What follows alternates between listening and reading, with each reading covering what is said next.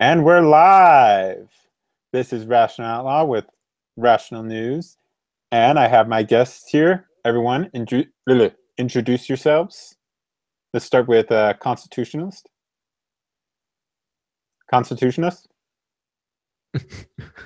Is he gone? He's missing. Okay, why don't we start with you, Eisen? All right. Hello. I'm Eisenwolf. Hello. And then we have Southern. Howdy, I'm Southern Wolf. And Constitutionalist and another person should be coming up soon. So I guess we can start it off. Now Constitutionalist. You're back. So, introduce yourself. And I still don't hear him. Constitutionalist, your mic muted? Well, anyways, why don't we get started? All right, here we go. Oh, good. Introduce yourself. Yeah, it's the Constitutional Libertarian. Sorry, my computer decided to switch which mic it was going to use. Well, no problems here. I've been having troubles with the computer that I was going to use because it's so slow. I had to go to a different one. Anyways, the main topic today is going to be about Anarchyball and the conspiracy beliefs on 9/11. Who would like to start? No one fight over this here. Hey, Crimson. Is your mic working?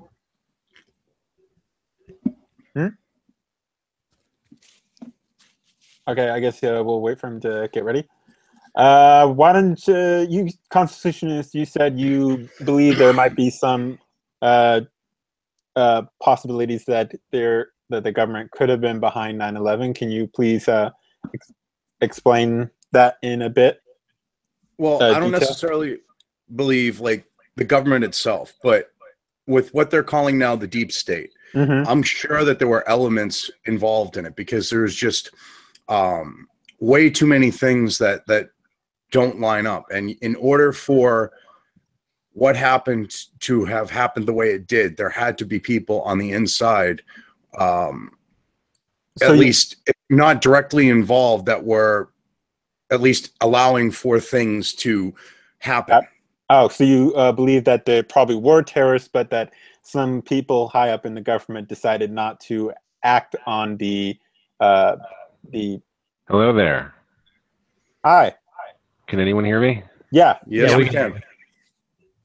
Oh, good. Hey. How y'all doing? Good. Good. So back onto your point, Constitutionalist. So what you believe is that it's not so much that the government did 9/11, but you believe that they didn't try to prevent it, and that some groups high up knew about it. I believe there were actual elements involved because for the terrorists to have free reign, going and doing the things that they were when, they were on watch lists. Okay. Someone had to be like a guardian angel on that note. Okay.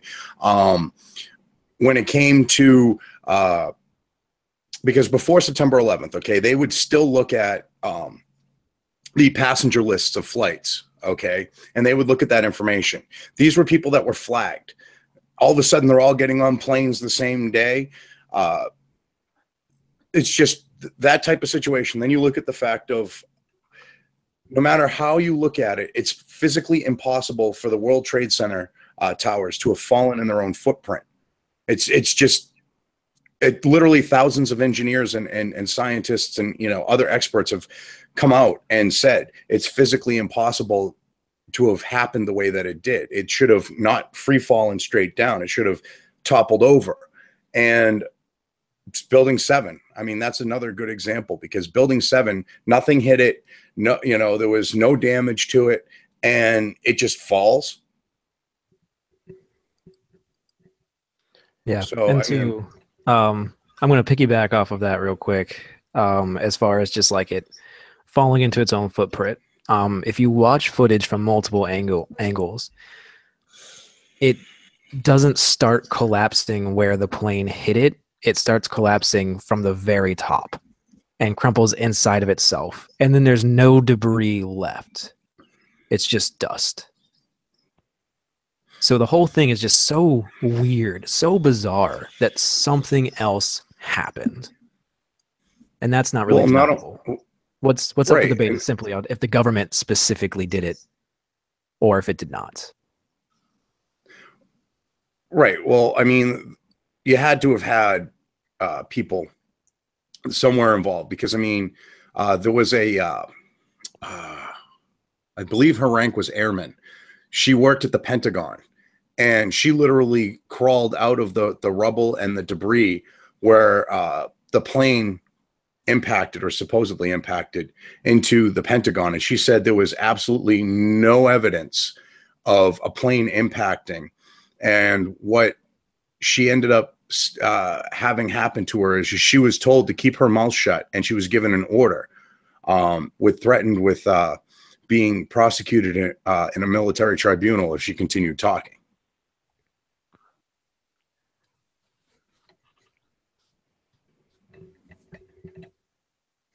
All right. Is there a rebuttal from the other side? Yeah, it's pretty easy to prove that the Pentagon was hit by a plane because there is security footage showing that happening.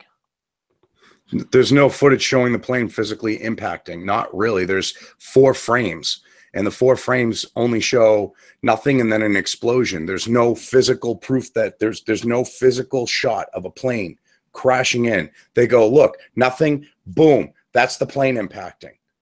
And that's the story that they've been pushing since 2001. Yeah, but see, even still, going back to the Trade Center, I disagree with that because see, they did not start collapsing from the top. They started collapsing from the point of impact. You can see that in the footage, especially with Tower 1. But it's physically impossible for a building, okay, to literally fall within its own footprint unless it's demolition. Because if a building gets hit, or the way that building was designed, they even said that even though it was designed for smaller planes, it should have survived the impact. Okay, jet fuel doesn't burn hot enough to melt steel. Okay, even if you were to say have the strong winds blowing on it, increasing the heat, it would still not be hot enough to have melt the steel infrastructure of the building itself. Yes, but see, the steel did not have to melt to become too soft to hold the building. The temperature that the steel got to from the fuel was still more than hot enough for it to become basically like a putty substance, and it cannot support weight at that state. There's plenty of. But that's not how metal foundering work.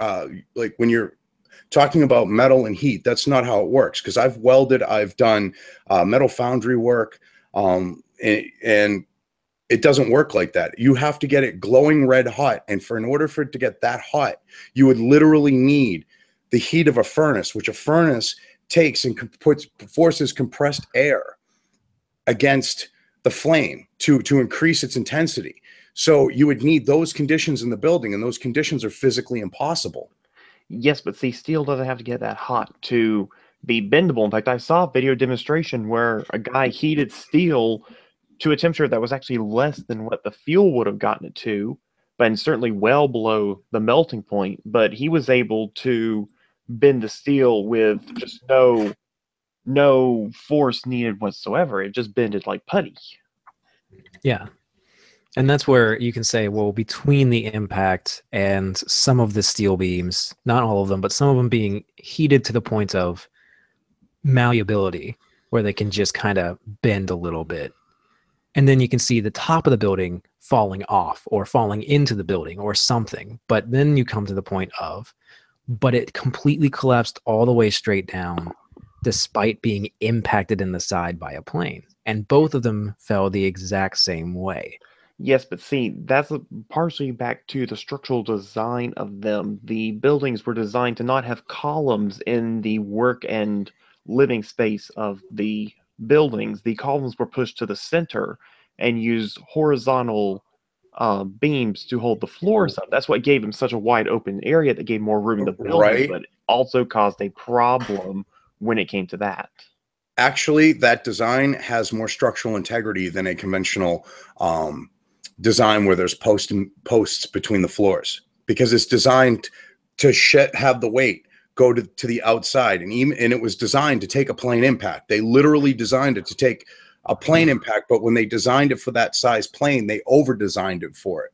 And experts have come out and said that the World Trade Center towers should have survived the impacts. I mean, they survived an explosive device right at their foundation. So, and they didn't fall over. They didn't collapse in itself.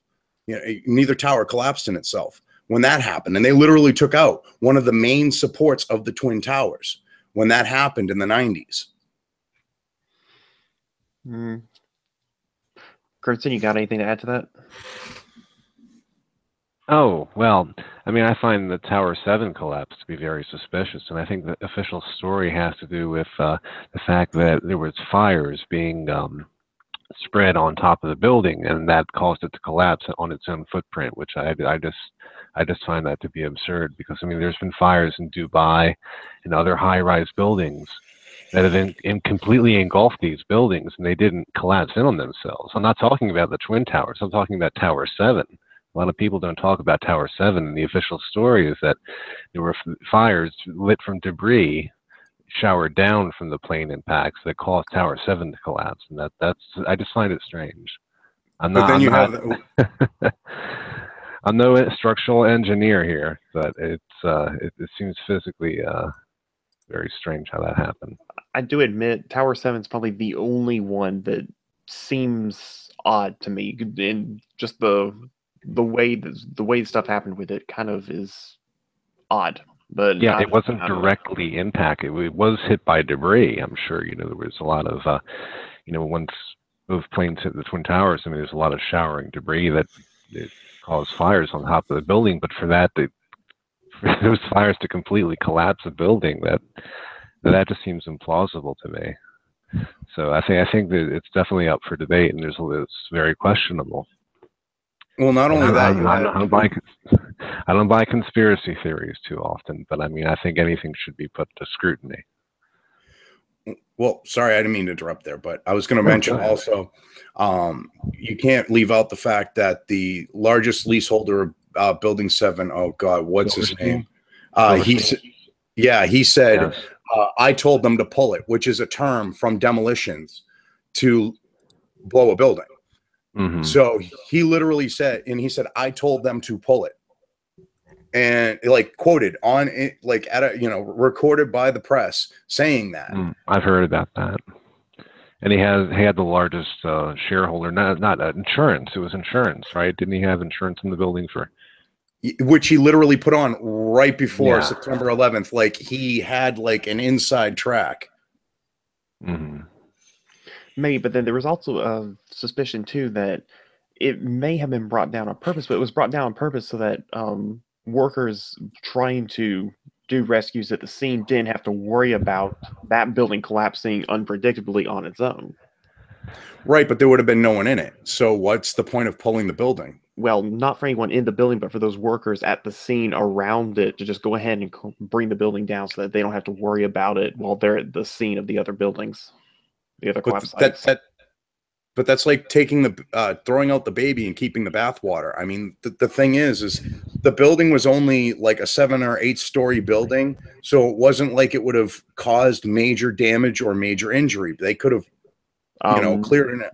No, Tower. Oh, wait a minute, no way. Tower 7 was like 40-some stories. Oh, 40 stories. I'm sorry. Why did I say that? Something. Well, yeah, 40 stories. I apologize. I can't believe I just said that. But I mean, it wasn't like it was, you know, like one of the Twin Towers. So they could have cleared the area if it was such a major issue is what I was getting at. Mm-hmm. But moving on exactly precisely how the towers fell, because there's so many different tapes and there's so many different people that have different takes on it that obviously have, they range from people just like us to actual scientists, actual engineers, and people that have studied it for the last, I don't know, essentially 15, 16 years since it happened. And And I can give you the name of some of those people, but if I may interrupt for just a sec, I sent you guys well some links to some sources that I found on against the conspiracies, but also I sent you guys the link to the video if you guys could like tweet it out to your followers on Twitter and everything, so we can see if we can get a few more people to watch. Okay, that's got to be in the Hangouts. Okay, I was looking in the Twitter. In the chat. It's in the chat. It's in the our group chat. It's top one. All right, let me get that real quick. Anyways, let's aside from the whole thing as to whether the towers, whether it was conspiracy or whether it was by terrorists or whatever, why don't we go on to more of the why the government would possibly want to have this happen? Like, why would they want to kill what was it, over 3,000 people of our own citizens? Like, why would the government want to do that? Why wouldn't they try to do whatever they're trying to do in a different way without killing any of our own citizens? Well, because sorry. In tradition with our absolutely horrible government when it comes to war, we love to sacrifice citizens to say, oh my goodness, we're the victim, now we have to go to war. That was World War One, when Woodrow Wilson sent up the first boat, Germany sank it, and Germany gave us, fair warning, don't send any more boats or we will sink them regardless. And so then he sent the boat over with citizens on it and said, oh, they sank a ship and they killed citizens, time to go to war. Mixed with a few other things, of course, but like that was a first example that comes to mind. The second one is the conspiracies around on if we knew if Pearl Harbor was going to happen beforehand or not, and they just let it happen, if that conspiracy is true, and just other things. And I doubt they would let that happen. I mean, that did destroy a lot of that. Just was an awful event itself. Also, I just can't see the government like as high as the president and everyone, maybe a few officials who, like a few people I could possibly, but like the entire government, I cannot see them wanting this to happen. I think it's possible that that in the case of Pearl Harbor, that the people in the higher levels of government may have known that Japan was going to attack us. I think that was assumed that at some point Japan was going to attack us. I don't think they knew at what scale they were going to do it. I don't think they knew that. Well, if I may interject, with World War One, the thing is the ship was going over. They knew that there was arms on the ship, and they said, as long as you send Americans over, because you are a neutral party, without the ship carrying weapons that can be used against us, okay, the Germans said this, we got no problems. And they had intelligence, which it was just proven within the last year or two that there was actual ammunition and other arms on the Lusitania when it was sunk. So,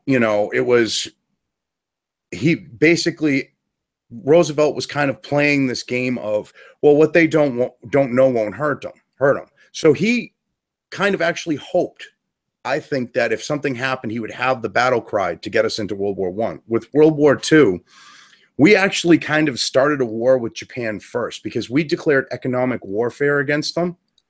And in doing so, what ended up happening is when we put the embargoes on them, FDR was told it's going to cause a situation where Japan is just going to end up having to attack us. There's no ifs, ands, or buts on it. And what ended up happening is sure enough, his experts were right. And there are actually, from some declassified reports, that U.S. ships did see the Japanese fleet approaching and warned Washington, because the commander at Pearl knew that there was an attack, and he actually put everyone on alert, and then he got orders from the Joint Chiefs telling him to stand down. So you have that consideration, and FDR wanted any reason that he could to get us into the Second World War. So to turn a blind eye and let that happen, wouldn't be beyond the scope of things. Yeah. Plus, a lot of these things, like you said earlier, Rational, that it's not the whole government, and you're correct. It's not the whole government. It's not the FBI, the CIA, and everybody in it, all the way down to like local cops that are in on the theory or in on any of these conspiracies. Obviously it's just like a few select people that just shift and twist enough things around and then let everybody else scramble. Because if only a few people were to know what's going on, then it's a lot easier for people to just say what they saw and that be the truth, and that gets recorded, and then everybody just breezes over it. I don't think like police, obviously, that, but I'm just talking about like maybe a large percentage of the Congress, the president. I just can't see all of that, except for maybe a few people who, like, other than like, there are perhaps like a few people who I would think could do something like that, like Hillary Clinton. I think, quite frankly, she could be one of those people that could actually do something like that. But for the most part, I think most even government officials wouldn't want to kill their own citizens. That's just what I find difficult to grasp. Yeah, well, I think that when it comes to presidents specifically, now Wilson, that guy was just, a horrible, horrible person. I'm sorry, but it's true. I just haven't heard anyone actually just put it that way. Yeah, he was an absolute trash human being. And you could, based off the things that he said, for a fact he did not care if life was lost to get what he wanted. That's just him. He's an outlier when it comes to presidents. I'll admit that. Yeah, he rode his moral high horse so high that he had a stroke from it. Well, I mean, his favorite movie was about the KKK winning, so he had issues. But away from him, people like FDR or Kennedy, for example, because there's all kinds of conspiracies around Kennedy and a whole bunch of conspiracies around Lyndon B. Johnson as well. I don't feel like they were necessarily the core of any of these actions. And in fact, they might have actually been completely left in the dark when these things happen. Well, here's the thing with FDR, and I always found this one really interesting. Literally, one of the first things he did after he was sworn in was he rescinded the executive order of Kennedy that was set up to cripple the Federal Reserve Bank and put the control of our currency back in the hands of the Treasury, because they were issuing silver certificates because of what he did. Oh yeah, you're name switch though. You got some names messed up there. Oh wow, I'm sorry. I'm on lack of sleep. I meant to say JFK. I know. It just dawned on me what I said. I meant to say JFK, but JFK had done the whole silver certificate thing. I gotta wake up. I'm gonna chug my can of Coke here, and hopefully the caffeine kicks in. But yeah, JFK wanted to bust up the Treasury, like he wanted to bust up the CIA. And the thing bust up the Federal Reserve. So he went to cripple it, and literally, like, the first thing LBJ did was he rescinded that executive order. And to me, no one ever looks at that aspect of why would someone want to kill him? Because the Federal Reserve Bank, has really shady people and families that have been involved with it since its inception. And they don't like it when you mess with their purse exactly strings. Right. You know what's funny? Exactly Wilson right. signed in the Federal Reserve. Mm-hmm. Yeah, and the income tax. Mm-hmm. Yeah, see, this is why Wilson was just a garbage human being. He was our worst president. Like, if you ask me, Wilson was our worst, and Lyndon B. Johnson was our second worst. Because they were obviously doing things that were anti-American, and everything that every decision they made was just horribly anti-American traditionalism. And the funny thing is he was the first true progressive. Well, that explains it all. That's true. You put that name on it, and it's just like, boom, awful. You're garbage. You have bad ideas. It's Anita Sarkeesian to Sargon, garbage human type situation. Well, if I could interrupt just again, like, I don't believe all conspiracy theories have no legitimacy to them. Like, maybe there is perhaps some legitimacy behind a possible conspiracy within some small circle within the government that may have either let 9/11 happen or something, or helped, I don't know, help it happen or whatever. Like, like, quite frankly, I think there's a possibility of Hillary Clinton, like, because there's so many things behind her. Like, I think so many people who died around the Clintons. Like, I think that's a bit. I was just thinking the double tap suicides. Yeah. I don't know how you can do 2 to the head or 2 to the chest and kill yourself. It's like, okay, I shot myself smack dab in the center of the heart the first time. I'm going to do it a second time. If you're Andrew Jackson, you could. but yeah, like, there are some conspiracy theories that I think that do some validity, because I think there is a possibility the Clintons are hiding something and they killed off a bunch of people, possibly. That's what I think that could have happened. I can't say whether they did or did not for absolute certainty, but I think there is some validity to that conspiracy theory around the Clintons. Like the I'm blanking on his name. The guy, our president who got shot, what was his name again? I'm blanking. Which one? A few of them. Teddy Roosevelt? No. McKinley. The second one that got assassinated. Oh, Garfield? No. Yeah, that was Garfield. No. Oh, there was one before Garfield. He was the third. Yeah. What was his name? Was it Kennedy? I'm blanking on his name. Was it McKinley? We've only had 2 presidents that have been killed: Lincoln and someone else. Lincoln and Kennedy were the only 2 that were killed. Oh yeah, it was Garfield was killed. No, he died a couple days later, I think, but still. Yeah, but that's a technicality, isn't it? Okay, well, I think it was Kennedy. Anyways, like, him with him being shot, I think there's a possibility that there might have been something in the government, because I recall hearing somewhere, I can't remember where, like, there was, like, he wanted to break the FBI and CIA. He threatened to break those portions of the government up to take away some of their power, because they were growing in power at that time. That is correct. He said he wanted to break them into 1,000 pieces and scatter them to the wind. And I think that is a possibility that there could, but is there? Probably not. But here's the thing, though. Well, the stories that are all revolved around that always involve the boogeyman of the time. So at the time, it was, the Russians. Then at one point, it became the mafia. Then it became the CIA. Then it became someone else. It always seems to be whoever the boogeyman of the time is gets blamed for that, and it changes over time. Well, it's been kind of consistent, I think, because there's always been ties between the CIA and the mafia. Going back to before the CIA was the CIA, when it was the OSS, because you literally had the mafia running operations for the OSS in places like Sicily. I'm trying to think of the gangster, the mobster, Lucky Luciano. He was literally an asset, and like his quote unquote deportation was a cover for him to go in and organize resistance in Sicily.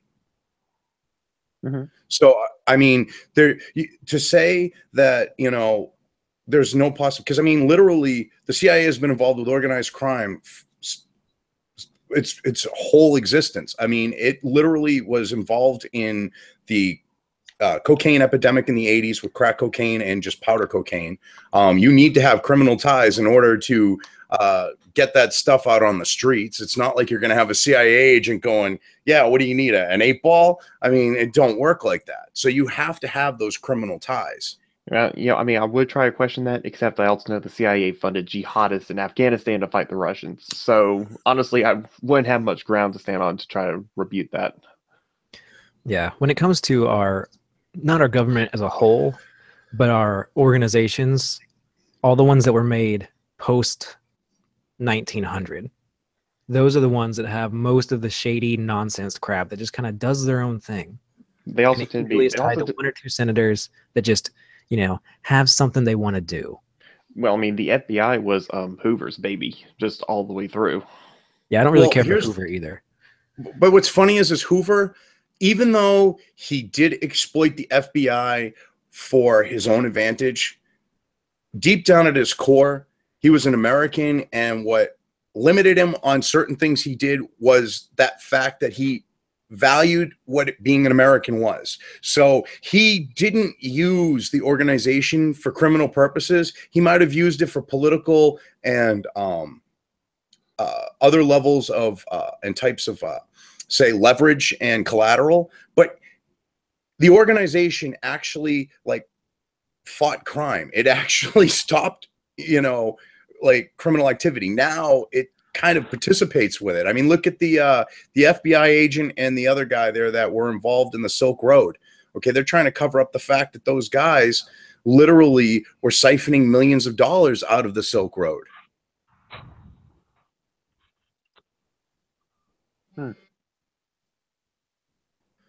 You know, and I mean, like getting back to the Kennedy thing and with 9/11, how many people here are familiar with Operation Northwoods? I'm not familiar with that. Operation what? Northwoods?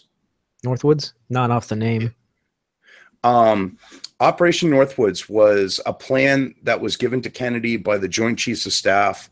In it, a lot of aspects of it literally mimic September 11th. It's almost like they dusted it off of a shelf and said, we're going to do this because it has the hijacking of the planes and flying them into buildings. It has like a lot of different other, like blaming it on a particular group. It's actually pretty scary. If you like read Operation Northwoods and you compare it to September 11th, it's almost like they picked like column A and column B from it. That's disturbing. It really is. When it got declassified after September 11th, someone came across it and was like, people, you might want to look at this because it's actually kind of it's kind of laying out a lot of September 11th here, and that's just too coincidental. And when you look at what all we could gain as a nation for being attacked by somebody in the Middle East, it just points to like, you know, all these different things of like, wow, we couldn't have been attacked by a more convenient enemy. Well, if I may ask, like, what do you think that these government officials who you believe that could have been behind 9/11, what would they have to gain from us going into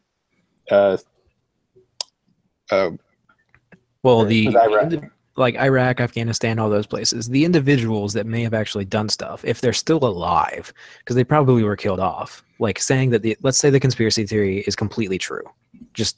We're going to for a second say that's the case. If it is, all of the government officials that did anything to make sure this happened were probably killed and or paid off. Unless your name is just going to cut. Yes, but what would they have benefited from even wanting this to happen with 9/11? They were probably promised some kind of promotion, or they were either threatened and it was just a fear for their life, or they were given a cut of any money to come in from the opium from Afghanistan. I was just about to bring that up. Thank you. Yeah. So between the opiates in Afghanistan, the military industrial, you know, just the whole industry of the military just, you know, gets this continuous war is great for business. On that note, how is it great for business though? Because quite frankly, going to war costs us a lot of money. We lose. Who cares about that? We have a Federal Reserve. Everything's a loan. They can just print more money. I'm talking about the actual business that makes the guns, makes the tanks, makes the planes, makes the ships. As Eisenhower called it, the military-industrial complex.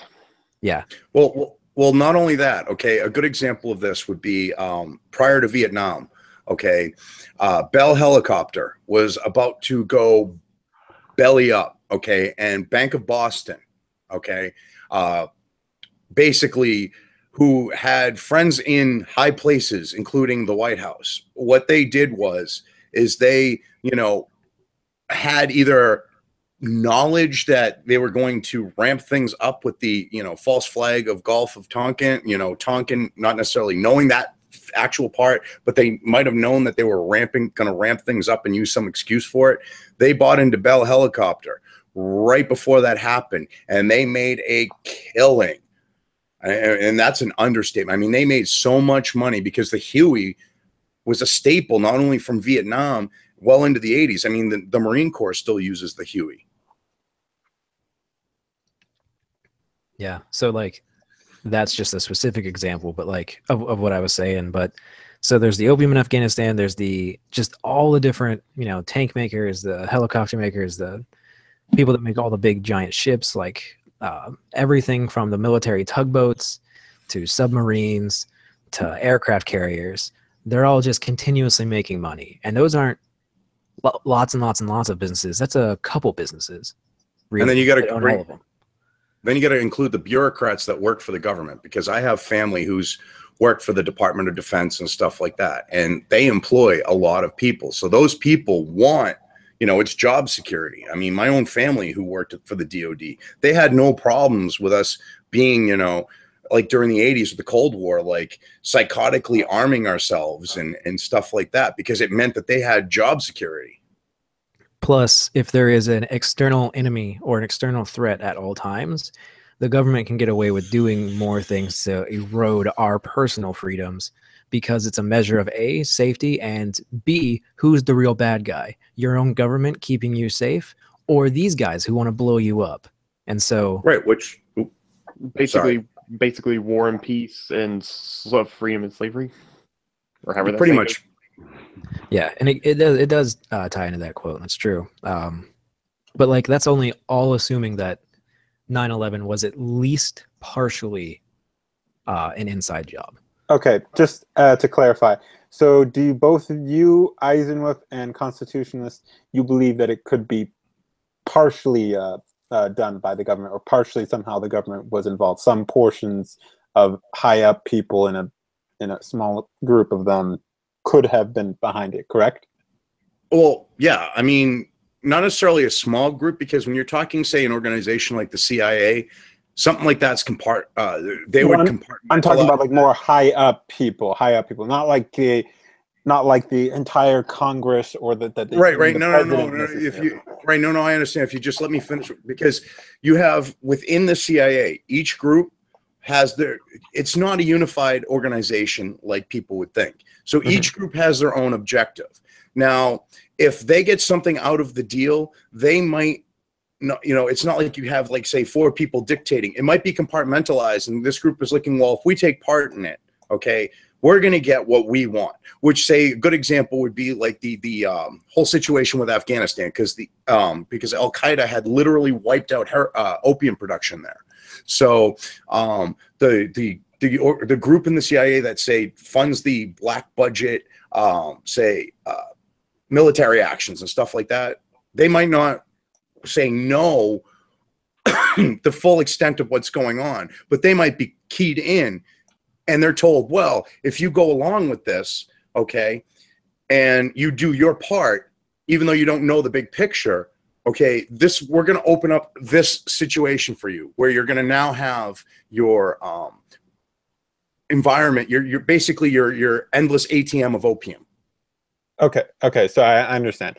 Okay, so you're different from what Anarchyball and some other conspiracists who believe that the whole government, or that, like, pretty much that the government was completely behind it. You guys believe in a little bit different from, like, Anarchyball, because from what I've seen, like, Anarchyball talking about, like, he seems, or they, however many people are behind the whole page, believe the government was entirely behind it, that even Bush was behind it, which, quite frankly, doesn't make any sense, because, like, if you listen back to some of his things right after 9/11, Bush would say, don't blame Islam.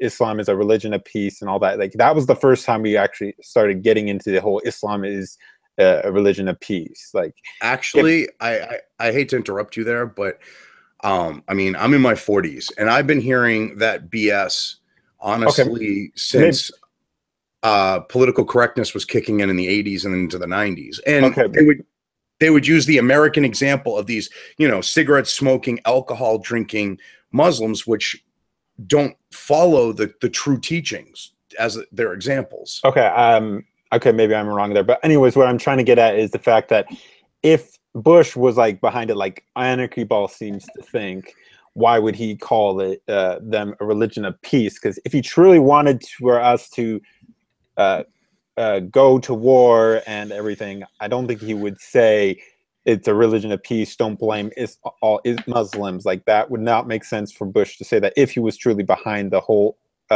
potential of a 9/11 conspiracy. Like, Anarchyball, I think, is going way too far with that, because that would not make sense for any president to say that if he truly wanted us to go to war. I actually have a possible line of thinking that could allow that to be the case. Same here. Okay. I obviously I don't necessarily believe this, but I do see how somebody could come to this particular conclusion if you look at things in the long term. First things first, Bush is an idiot, but he's a useful idiot. His whole family is a bunch of useful idiots that love money. Papa Bush, he's actually a sleazy, like conniving, intelligent person. His son, on the other hand, is a moron.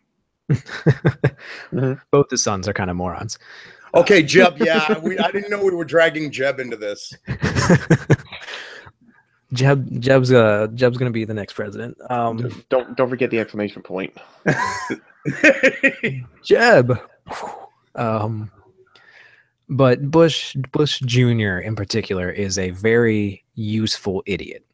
And I think that a lot of the things that he did, he really wanted to feel like he was doing the right thing. Like when you look at the guy and you look at a lot of things, you really want to see a good guy that's just not too bright. But there's another way of looking at him. A greedy guy that's good at playing dumb and therefore comes off as nice.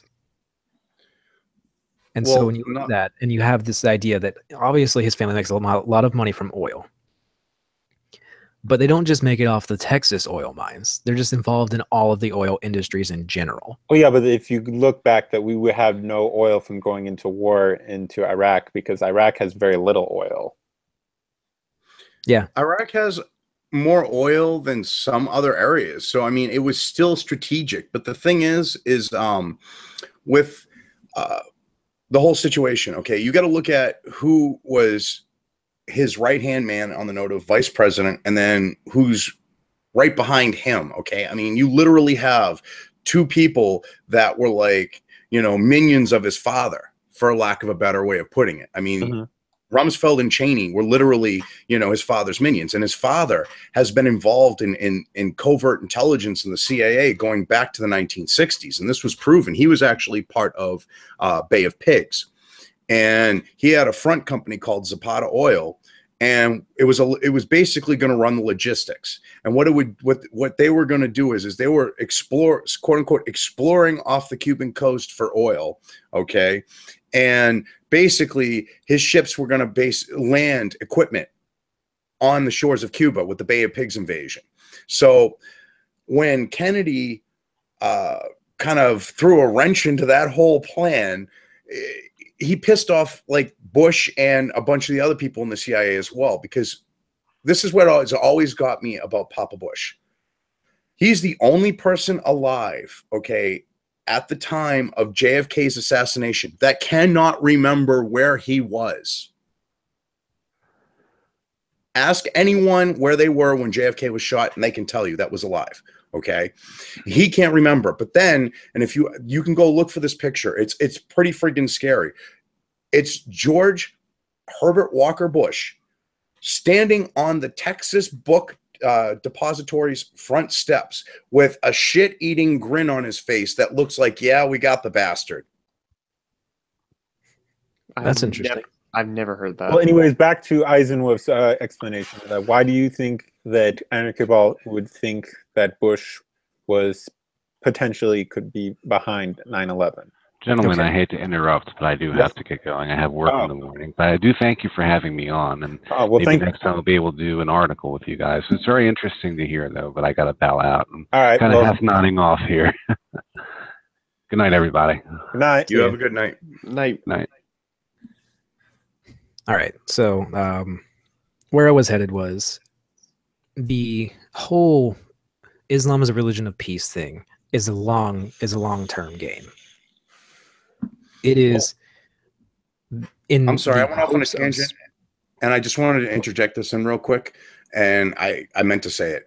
You also have to look at the fact that Saudi Arabia and other nations there are our allies, and you don't exactly want to say that Islam isn't a religion of peace, when you have their quote-unquote allies there that are Muslim. Yeah, especially Saudi Arabia, who is not a secular government at all. But it's the long game, because if you look at what's happening in the world now with the refugee crisis, which is everyone's blaming on the Iraq War. But if you look at, the rest of the world, obviously it's not in relation to the Iraq War. It's just what we think it is. And so you have everybody pushing the same message, Islam is a religion of peace, to accept the Muslims coming into them. So it's almost like he wanted to go in, destabilize a few countries, to then force, or at least have an excuse, to have this mass exodus of Islamic people throughout all these countries to spread Islam further. Because there is not a religion currently practiced in the world today that is as subservient as Islam. Orthodoxy, Catholicism, like all of it, nowhere close to the amount of just submissiveness of its followers. Yeah, but see, here's the thing, though. The war in Iraq did not cause the migration crisis. That was caused by the civil war in Syria, which was a product of the Arab Spring. The Arab Spring had its roots in the financial collapse of 2008, which itself had its roots much further back than 9/11. It had its roots back in the 80s, at least. Well, here's the thing, though. George Soros, okay, he funded the Arab Spring intentionally to destabilize the Middle East, and he's bragged about it. So, I mean, you have to take into account that there are people, beyond the government that might have, involvement with people in the government that are working with this. Because look at how close Soros is to Hillary Clinton and, Obama, for example. Mm-hmm. Yeah. And that brings into the point of just, it's not necessarily maybe the government that's involved in doing these things so much as just a very wealthy friend that makes sure his friends get elected.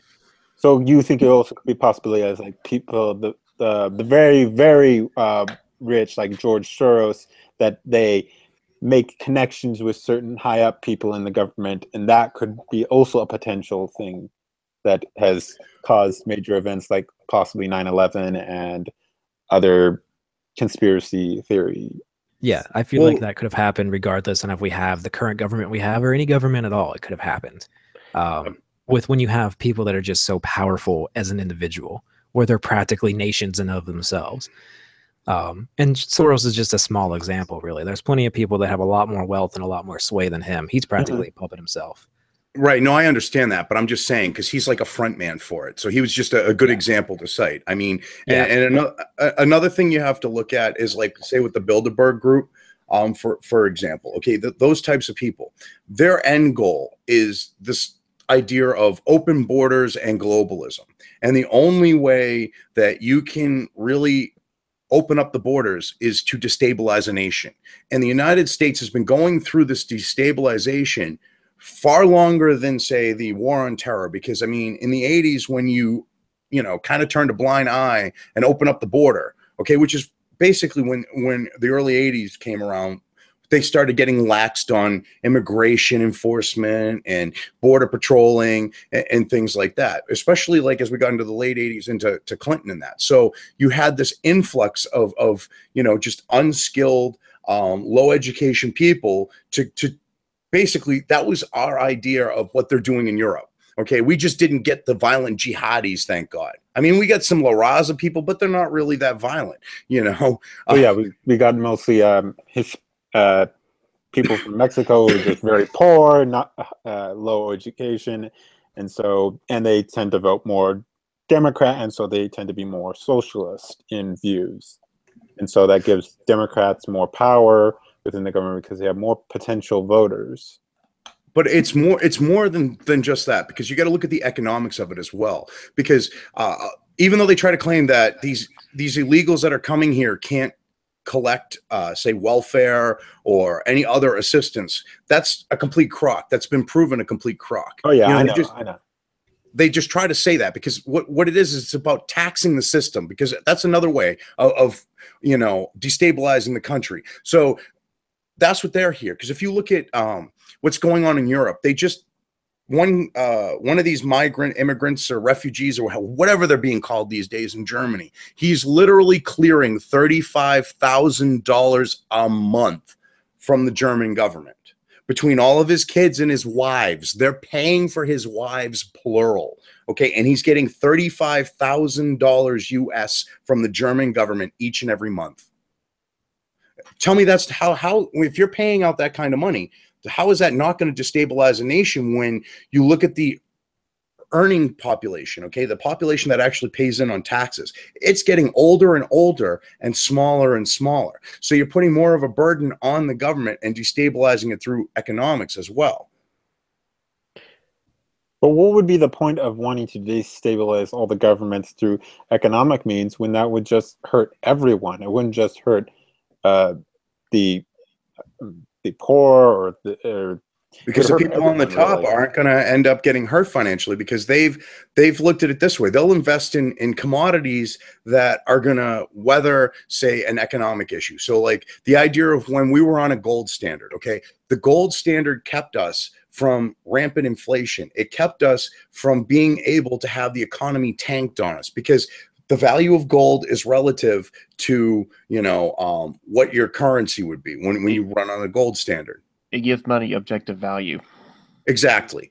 And where we're on fiat currencies, these people, they've got so much money that even if they inflated currency back to the days of like, you know, the Reichsmark German situation after World War I, where people were literally bringing wheelbarrows of money in for a loaf of bread, okay, to them, with how much money they have, it really wouldn't affect their lives.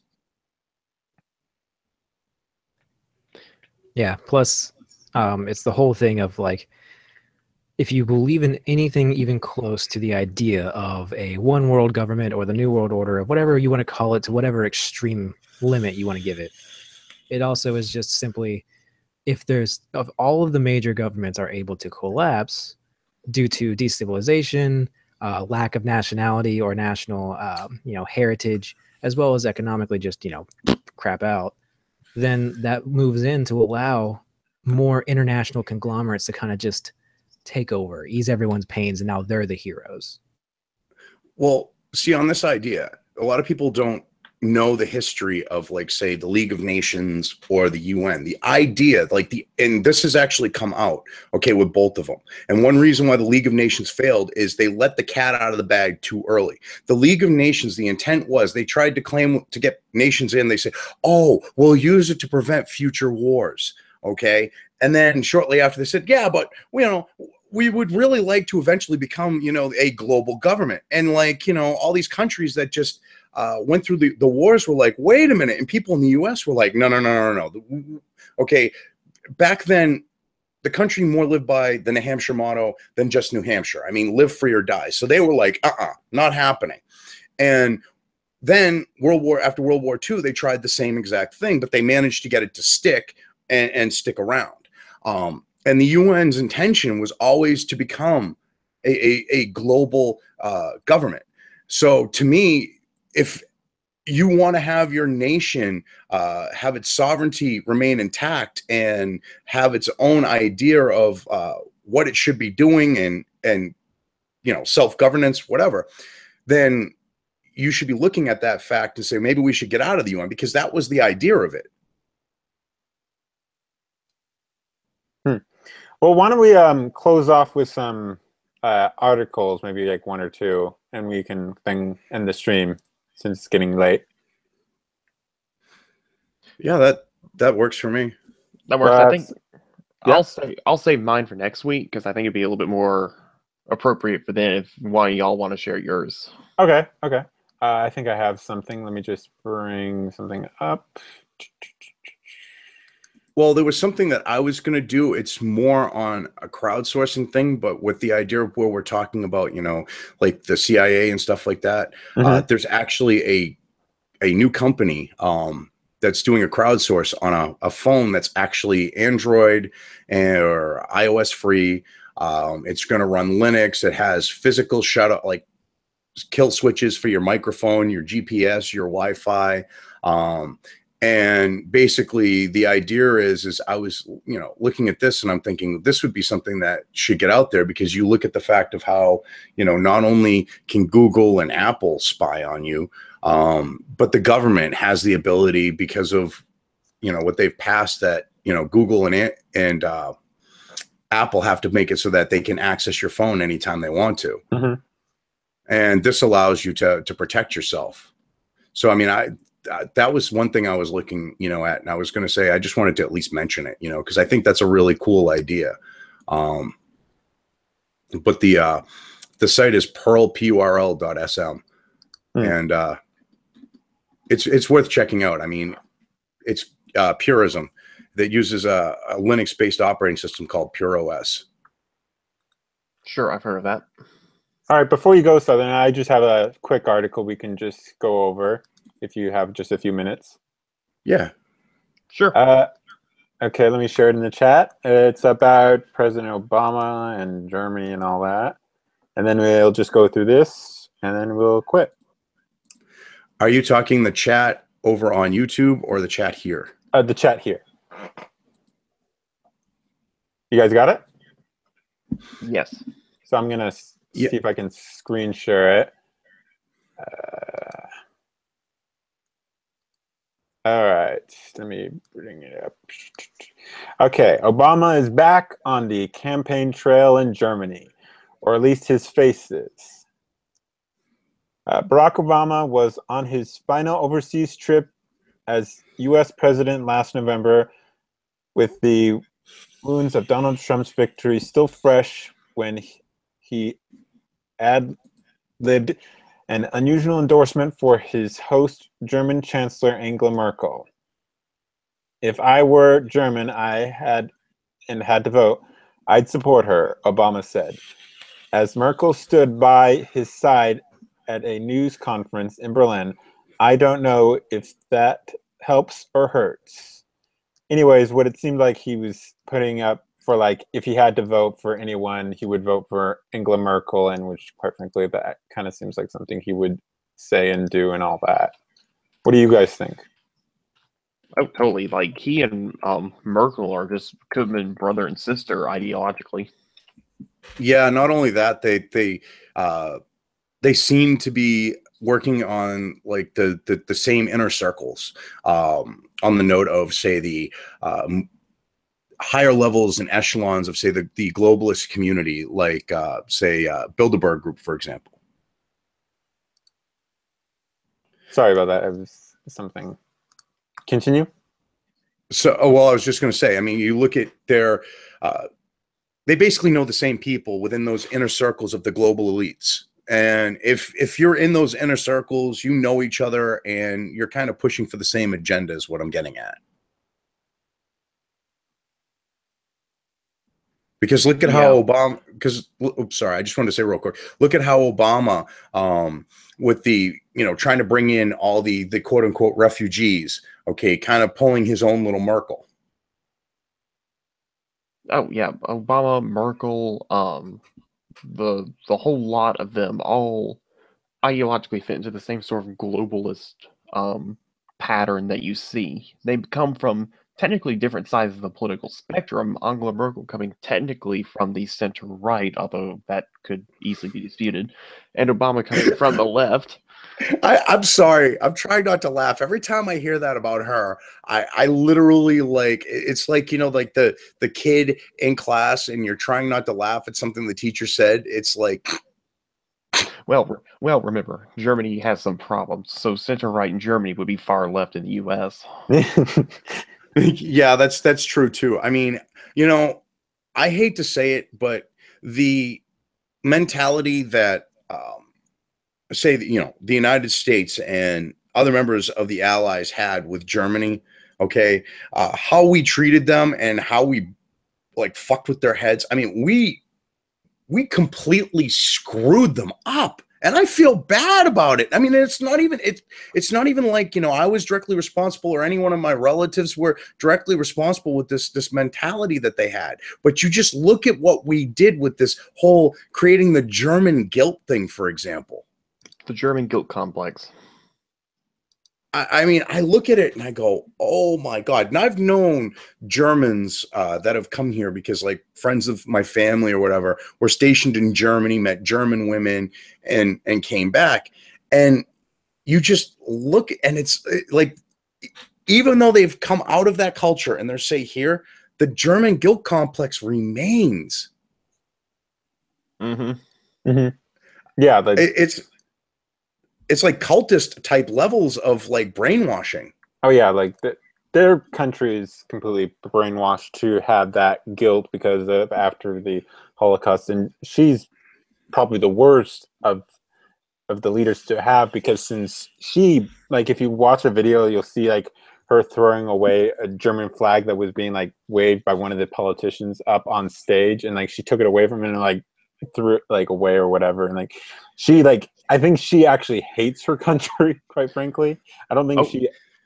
Oh yeah, that the upper echelon of the German government, especially people like Merkel, definitely helped perpetuate that guilt complex, especially among the younger people in Germany. I mean, that's very obvious that they do that. I can't think of her name. She's like on the more like not like higher levels, but she's a member of the German government somewhere, and she's got like really short blonde hair, and she was talking about like she's like preaching about how Germany is no longer going to be like a German nation, and she's like happy that it's going to be that way, and you're like, are you kidding me, lady? Oh, that's right. She got up in front of Parliament and said that. I'm sorry, got in front of she got up in front of the Bundestag and said that.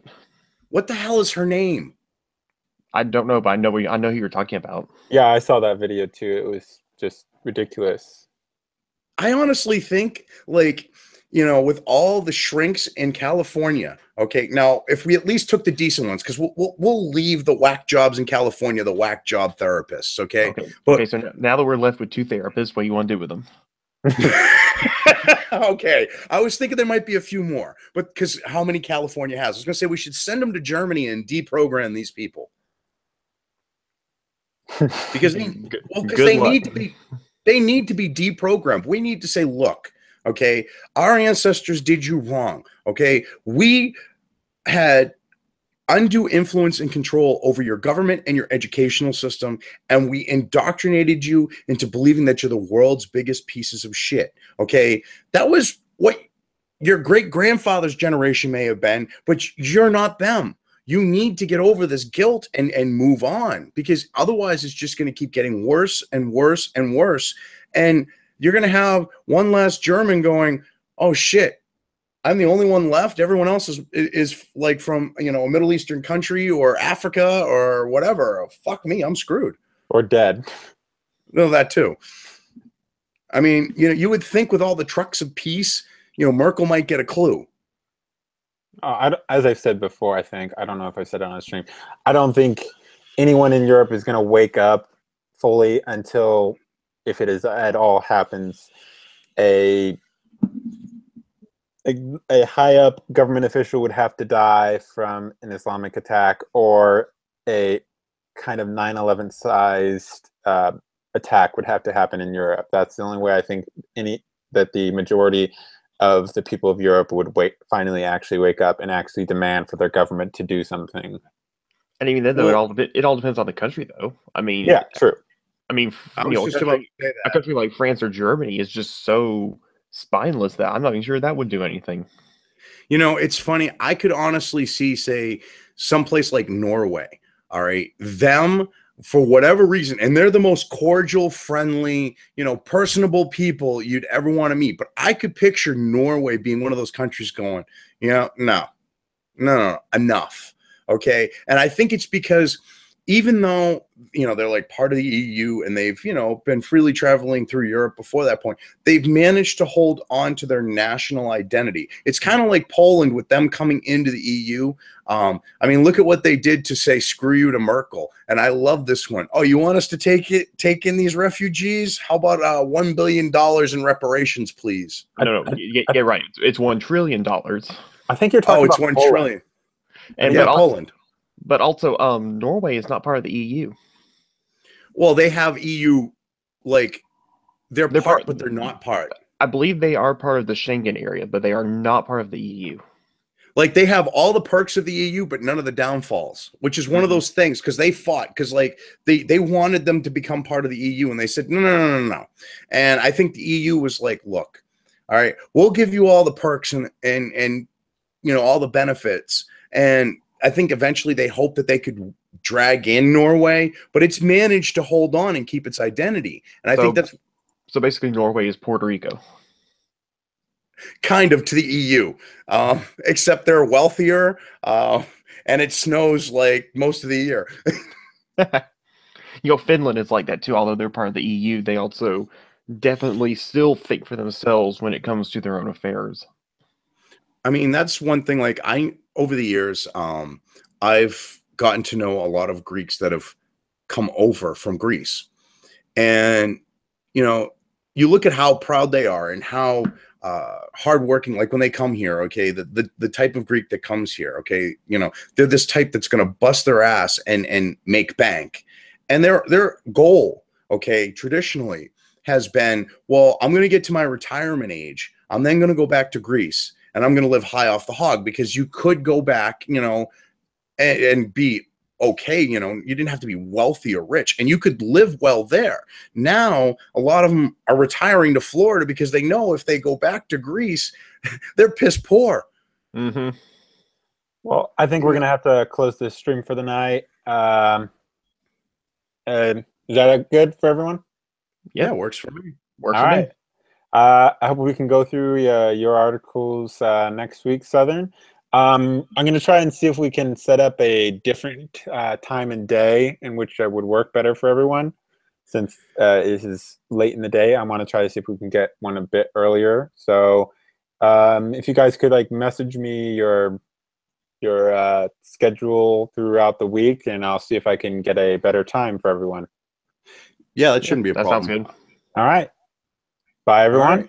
This has been Rational News, the Rational News team, and we'll see you all later. So long.